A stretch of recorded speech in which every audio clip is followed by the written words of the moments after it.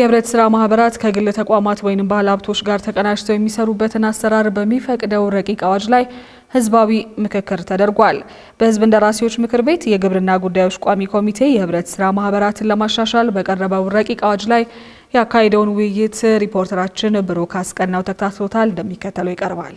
በህዝብ እንደራሴዎች ምክር ቤት የግብርና ጉዳዮች ቋሚ ኮሚቴ የህብረት ስራ ማህበራትን ለማሻሻል በቀረበው ረቂቅ አዋጅ ላይ ከባለድርሻ አካላት ጋር ህዝባዊ የውይይት መድረክ አካሂዷል። የህብረት ስራ ማህበራት በገበያ ውስጥ ያላቸውን ተወዳዳሪነት ለማሳደግና በኢኮኖሚ ውስጥ ያላቸውን ሚና ለማጉላት እንዲሁም አስፈላጊ የህግ ማዕቀፎችን ለማዘጋጀት ያስችላል በሚል መዘጋጀቱ የተነገረው ረቂቅ አዋጁ ለህብረት ስራ ማህበራት ያለውንም የተሳሳተ አረዳድ የሚያርም ነው ተብሏል።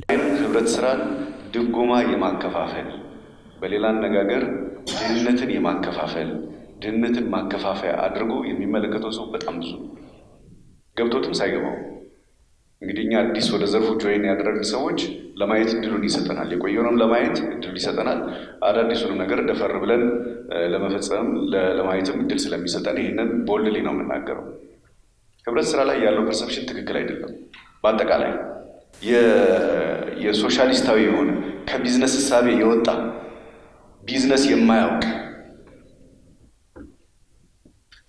ንግድን የሚጠየፍ ትርፍን የሚፈራ አይነት አድርጎ የማየት ሰፊ እሳቤ አለ።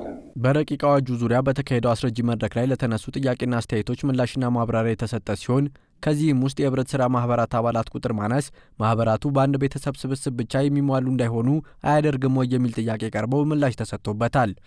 በተያያዘው ሪፎርም ህብረት ስራ ማህበራትን ጠንካራ ህብረት ስራ ማህበራትን ከመፍጠር አንጻር ይሄ ትልቅ ማነቆ ሆኖብን ነው የቆየው።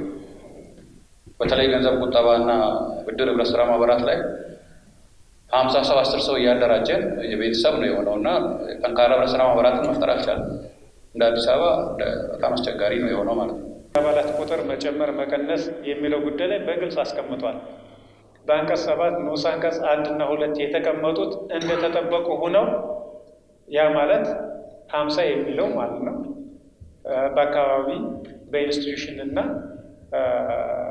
በፕሮፌሽን ይደራጃሉ የሚለው እንደተጠበቁ ሆነው አግባብ ያለው ባለስልጣን ምን ማድረግ ይችላል?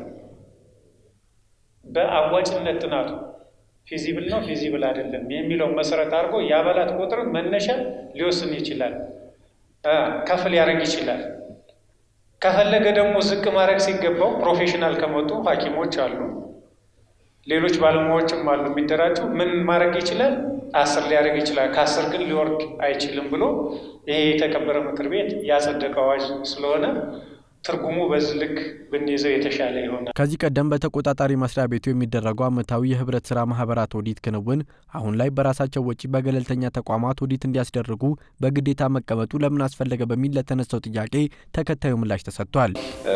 ተጨባጭ ችግሮችም እያጋጠሙን ነው። በነገራችን ላይ ለምሳሌ ዩኒየን አመራሮች እዚህ ያላችሁ ዘንድሮ ቡና ለመግዛት ከባንክ ብድር ጠይቀው ብድር ፕሮሰስ ካለቀ ጫፍ ላይ ከደረሰ በኋላ በሂሳብ ቦርድ ኦዲት ካልተደረገ በስተቀር ብድር አንሰጥም የሚል ነው የመጣው ማለት ነው። ስለዚህ ወደዛ መሄድ ግዴታ ነው። ኢትዮጵያም የገባችበት ዓለም አቀፍ ስታንዳርድ አሁን ወደ WTO እየሄድን ያለ ነው። ወደዛ ስታንዳርድ የሂሳብ አያያዛችንን ማሳደግ ያስፈልገናል። የተመሰከረላቸው ሂሳብ አዋቂዎች ኦዲት ማድረግ አለባቸው። ሌላው ከመድረኩ ተሳታፊዎች የቀረበው ማብራሪያ የተጠየቀበት ጉዳይ ደግሞ ህብረት ስራ ማህበራቱ ከግል ተቋማት ጋር ተቀናጅተው የሚሰሩበት አሰራር መፈቀዱ ህብረቶቹ በባለ ሀብቶች ተጽዕኖ ስር እንዲወድቁ ያደርጋቸውም ወይ የሚል ነው። ይህንን በተመለከተም የሁለቱን አካላት ግንኙነት የሚቆጣጠር የህግ ማዕቀፍ እንደሚኖር የተገለጸ ሲሆን መንግስትም ይህንን መቆጣጠር ዋነኛ ተግባሩ መሆኑ ተመልክቷል እንጂ ዝም ብለን ባለ ሀብቶች ስለመጡ ሞኖፖሊ ይፈጥራሉ የሚለውን ነገር የህግ ማዕቀፍ አስቀምጠን በዛ የምንሰራው ነው የሚል ሀሳብ ቢወሰድ እንጂ ዝም ብለን እንደ ሊበራል ኢኮኖሚ ገበያውን የምንለቅበት አይደለም። ግን ኤክሰርሳይዝ እያደረግን በኋላ ውጤታማ የሚሆንበት መንገድ ሲደርስ ማህበራቱ ራሳቸው ቴክ ኦቨር ያደርጉታል የሚል ሀሳብ ነው ያለን። በህዝብ እንደራሴዎች ምክር ቤት የግብርና ጉዳዮች ቋሚ ኮሚቴ ሰብሳቢ ሰለሞን ላሌ በበኩላቸው በአስረጂ መድረኩ ከህዝብ የተሰበሰቡ ሀሳብና አስተያየቶችን በረቂቅ አዋጁ ለማካተት እንደሚሞከር ገልጸዋል።